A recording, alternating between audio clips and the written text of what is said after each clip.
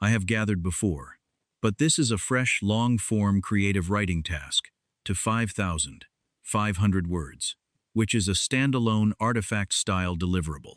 However, you explicitly asked for chat only, not a file, so I'll write it directly here in full. A quick note before I start. I'll write this as an original story. New protagonist, new family, new setting, new inciting event, a retirement dinner instead of Christmas. Since you didn't specify a holiday. Following the same structural beats.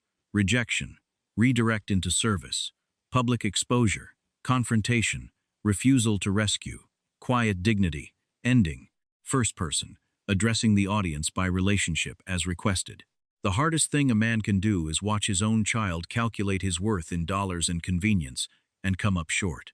For 30 years I thought love was something you earned by never asking for anything back. I thought if I gave enough, worked enough, stayed quiet enough, it would build into something unbreakable. I was wrong. It just taught the people I loved that I would always be there, no matter how they treated me. It took one broken hip, one blackout, and one stranger with a camera to teach me the difference between being loved and being used.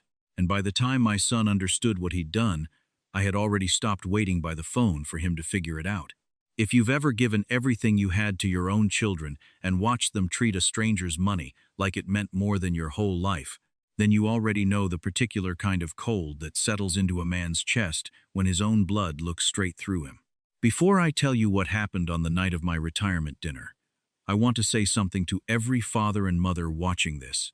Hit that subscribe button, leave a comment telling me where you're watching from tonight, and know that I read every single one. This channel exists because too many of us have carried this exact weight alone, and we don't have to anymore. To understand what happened, you have to understand a man named Ray Okafor first, because none of this makes sense without him. Ray lives 2 streets over from me, in a converted garage apartment behind his daughter's house on Linden Court, in a little town called Marsh Hollow, about 40 minutes outside of Erie, Pennsylvania. He's 68, a retired Army mechanic, and he's got a bad knee from a jump gone wrong back in 1981 that never healed right. Every single morning, rain or snow or blistering heat, Ray drives his old Dodge pickup with the primer gray fender down to the VFW hall on Route 9 and runs what he calls the breakfast line. Free eggs, free coffee, free company for any veteran or elderly person in the county who doesn't have anywhere else to be. He does it out of his own pocket half the time. He never asks the town for a dime, and he never talks about the silver star sitting in a shoebox in his closet unless somebody drags it out of him. Ray is the kind of man who shows up when nobody else will, and he doesn't expect a thank you card for it. My name is Walter Adamczyk. I'm 63 years old, and for 31 years I ran the maintenance department at Marsh Hollow Regional Hospital. Every boiler, every generator, every busted pipe in that building passed through my hands at some point. I raised my son Nathan mostly alone after my wife Carol passed from cancer when he was 11. I worked doubles so he could play travel hockey. I sold my father's old fishing cabin on Lake Wexford to pay for his tuition at Penn State when the financial aid fell through. I never once told him what that cabin meant to me, because I didn't want him carrying the weight of my sacrifice.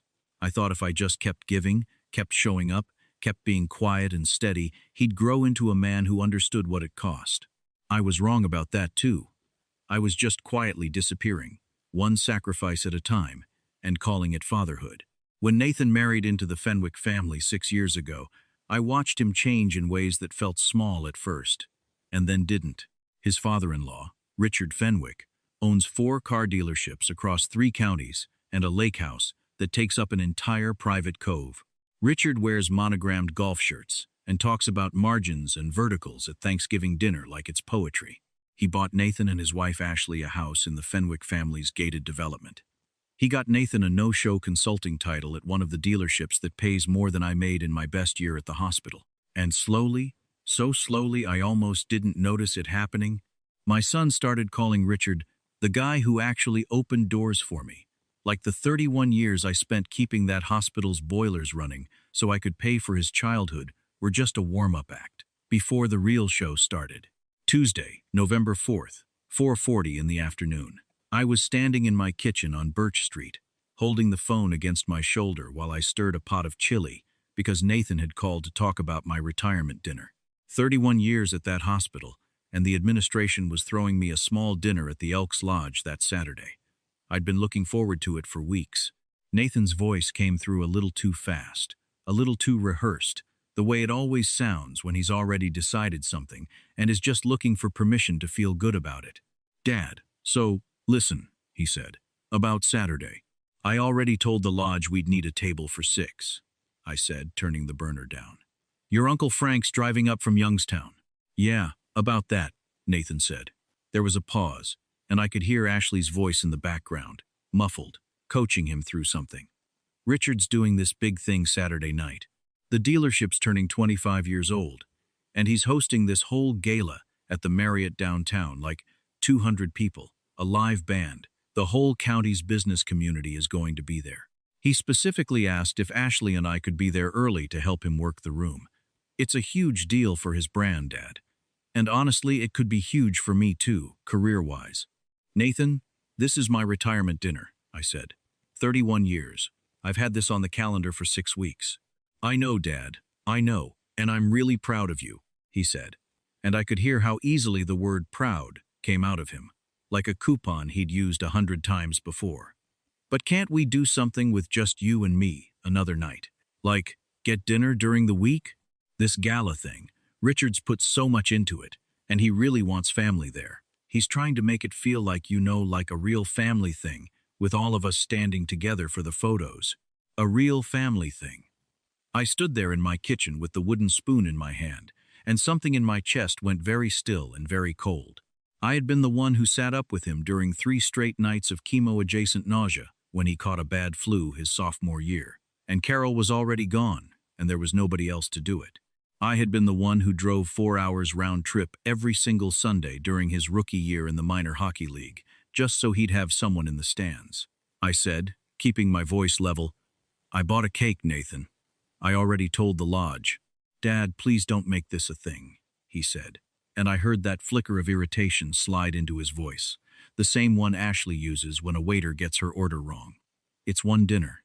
You can celebrate any time. This gala, it's once in a lifetime for Richard. You'll figure something out, right? You always do. You always do." Like it was a compliment. Like 31 years of figuring things out on my own, quietly, without complaint, was a personality trait he could rely on instead of a debt he owed. "Figure it out," I repeated. "I gotta go, Dad, Richard's calling," Nathan said, and the line went dead before I could say another word. He didn't say goodbye either. He just hung up, the same way you'd hang up on a telemarketer. I stood there in my kitchen for a long time. The chili kept simmering, filling the room with a smell that suddenly felt like it belonged to someone else's life. If you've ever felt that particular cold that comes from realizing you have become entirely optional to the person you built your whole life around, take a second and hit that like button right now. It costs you nothing, and it tells this platform to put these stories in front of somebody else's father who's sitting exactly where I was standing. Wednesday, November 5th, 6 in the evening. I couldn't sit in my own house that night, looking at the framed photo on the mantle of Nathan in his first hockey uniform. So I loaded up my old Silverado with a case of bottled water, 2 thermoses of coffee, and a box of the powdered eggs Ray always ran low on, and I drove over to the VFW hall. Ray was out back, wrestling a folding table out of the storage shed by himself, his bad knee buckling a little with every step. "You're favoring that leg pretty hard tonight, Ray," I said, climbing out of the truck. He straightened up, wiped his forehead with the back of his sleeve, and gave me a tired grin. "Cold gets down in the joint, Walter. Always has. Always will. Weather's supposed to turn ugly this weekend, though first real freeze of the season, and half the guys who come through here don't have working furnaces. Figured I'd get ahead of it, set up extra cots in the back room in case anybody needs to stay warm Saturday night." I didn't say anything. I just took the table out of his hands and carried it in myself, and then I grabbed the next one, and the one after that. We worked for 2 hours without much talking.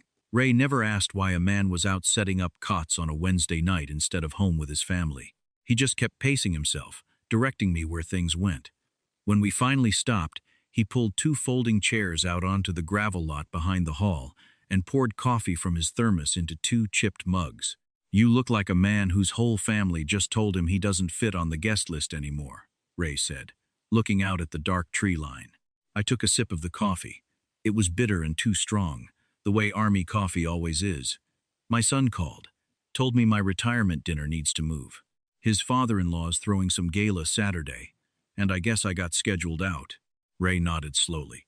He didn't offer any easy comfort, didn't tell me Nathan would come around. He just looked down at his own hands, thick-knuckled and scarred from 30 years of engine work.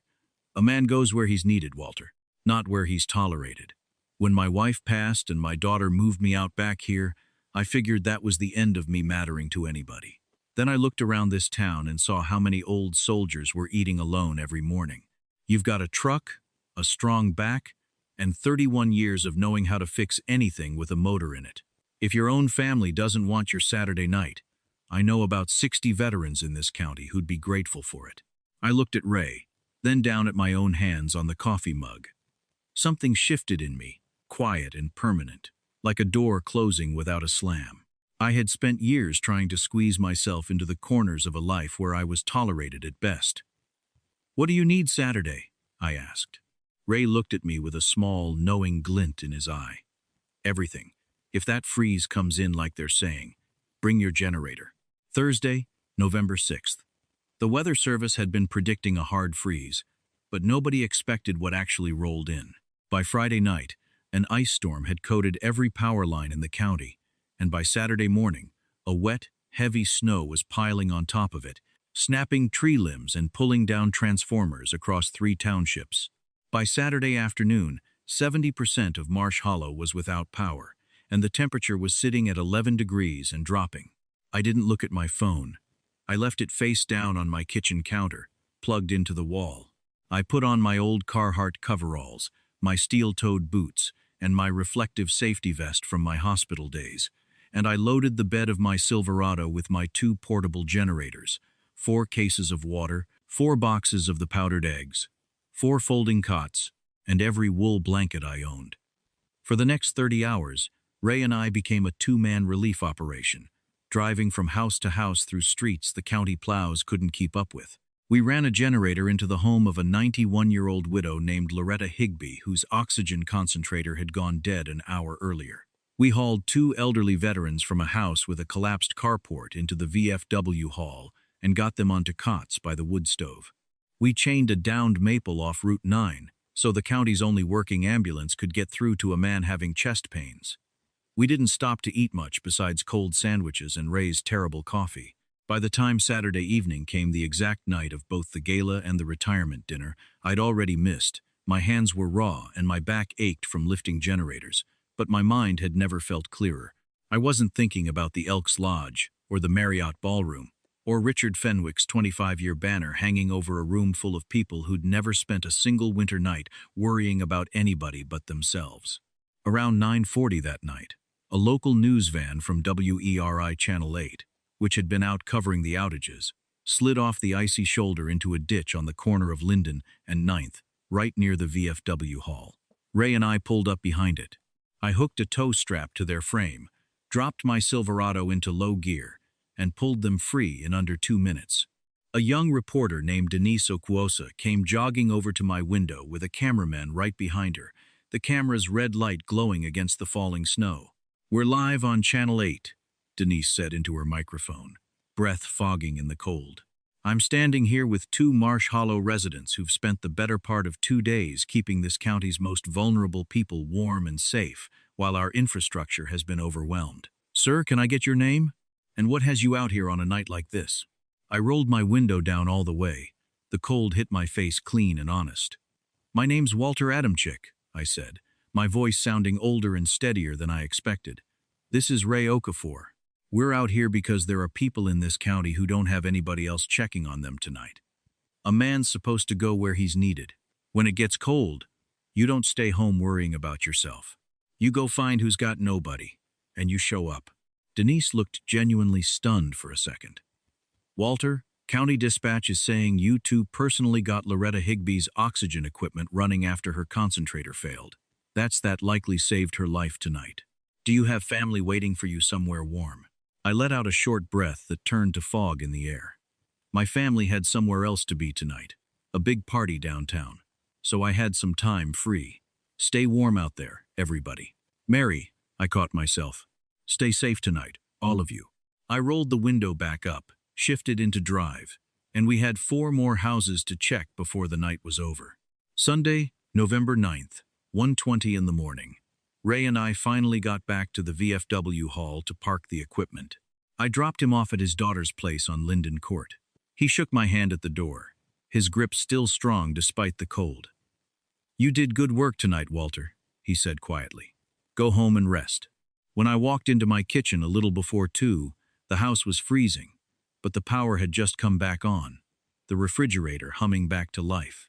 I peeled off my wet coveralls and boots by the door and picked my phone up off the counter. The screen lit up bright in the dark kitchen. 41 missed calls, 26 from Nathan, 9 from Ashley, 6 from an unknown number I'd later find out belonged to Richard Fenwick himself. Dozens of text messages stacked underneath. I sat down at my kitchen table, still in my socks, and before I could even open the first message, the phone started buzzing again in my hand. Nathan. I slid my thumb across the screen. "Hello, Nathan." "Dad." His voice came through shaking, nothing like the clipped, rehearsed voice from Tuesday. He sounded small, almost like he was 11 years old again, calling from a friend's house because he was scared of a thunderstorm. "Dad, oh my God, are you okay? Where are you right now?" "I'm home, Nathan," I said, my voice level. "Just walked in." "Dad, why are you on the news?" he said, and I could hear muffled voices behind him, Ashley's voice, sharp and panicked, and Richard's, loud and clipped in a way that told me his careful, calculated tone had cracked. "We're at the after-party at the Marriott, and they've got the lobby TVs on for the storm coverage, and you were right there on the screen. They called you and Ray the ice storm guardians. The county executive's office put out a statement thanking you two by name, Dad." "Ray's a good man," I said simply. "We were just doing what needed doing." "But Dad," Nathan said, and his voice cracked. "You told the reporter your family had somewhere else to be. You said we didn't need you. Do you have any idea what that looked like?" Richard's phone hasn't stopped ringing. People from the dealership, guys from the Rotary Club. They're all asking why his son-in-law's father was out there freezing in a ditch, pulling news vans out while we're standing under a chandelier eating shrimp cocktail. "Somebody already put a clip of you up online, Dad. It's got thousands of views. People are saying we abandoned you." I took a slow breath and looked out my kitchen window at the snow still drifting against the fence. The realization landed clean and sharp, the way cold water does. He wasn't scared for my safety. He wasn't asking if I'd been warm enough, or whether I'd eaten, or whether pulling a woman's oxygen machine back online in a blackout had taken something out of me. He was scared about how it made Richard's 25-year Gala look. "Nathan," I said, and my voice didn't rise. It didn't need to. "I didn't say you abandoned me. I told the truth. You told me my retirement dinner needed to move because Richard wanted family there for photos. You told me to figure it out. So I figured it out. You didn't have to say it on live television," he said, and his voice was climbing now. "Richard spent $40,000 on this event, and now half the room is whispering about how his family left his own father-in-law out in a blizzard." "Then tell them the truth," I said quietly.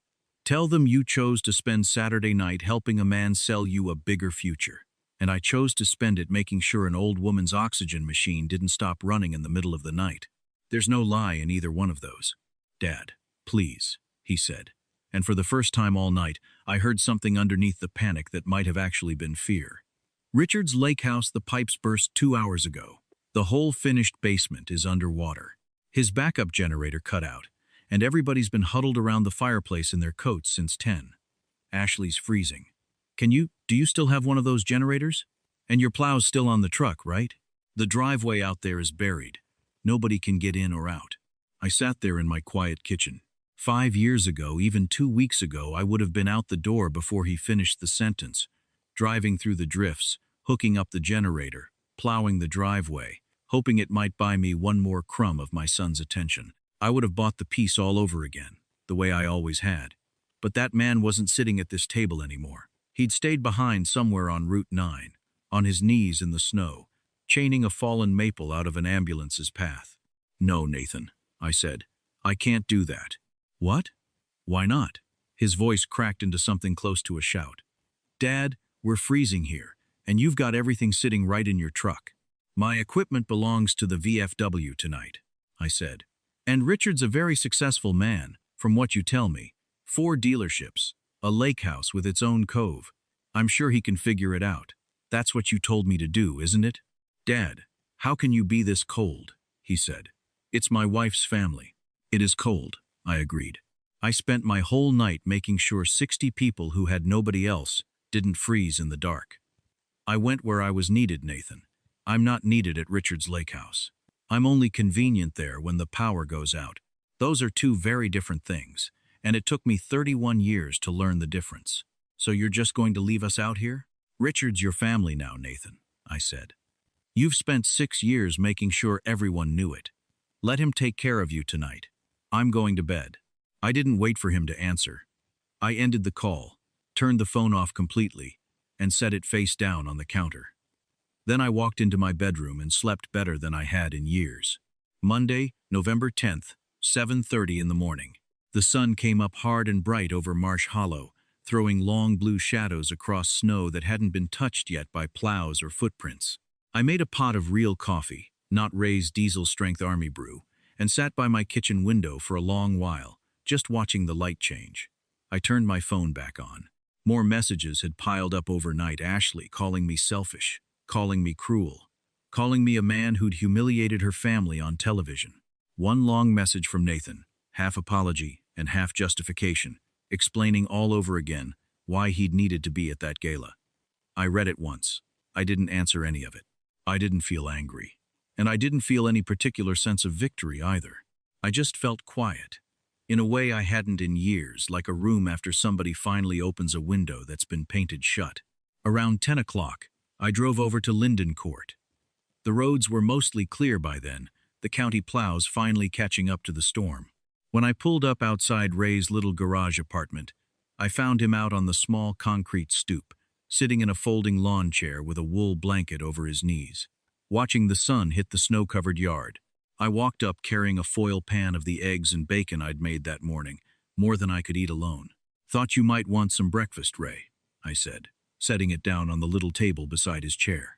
Ray looked at the pan, then up at me, his eyes crinkling at the corners the way they do when he's about to give somebody a hard time. The ice storm guardian brings breakfast to my door now. Careful, Walter. Folks are going to start expecting things of you. Don't start, I said, laughing despite myself, and sat down on the cold concrete step beside his chair, letting the morning air settle into my lungs. We didn't say much else for a long while. We just sat there, watching smoke curl up from a chimney a few houses down, watching the county come back to life, one plowed street at a time. I understood something on that stoop that I hadn't understood in 63 years of trying to earn my place in other people's lives. A man's worth isn't decided by the people who only remember him when the place lights go out. It's decided by the people who show up when nobody's watching, expecting nothing back. I had lost a son who only reached for me the second his comfort disappeared.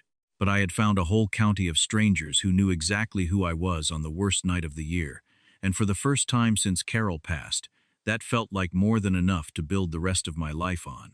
If this story reminded you of your own son, your own daughter, or your own quiet Saturday night spent figuring it out alone, I want you to know something. You are not the only one carrying this. Leave a comment below and tell me about the moment you finally understood your own worth. Hit that subscribe button so you don't miss the next story, and share this with another father or mother who needs to hear it tonight. Stay warm, stay honest, and go where you're needed. Take care of yourselves out there.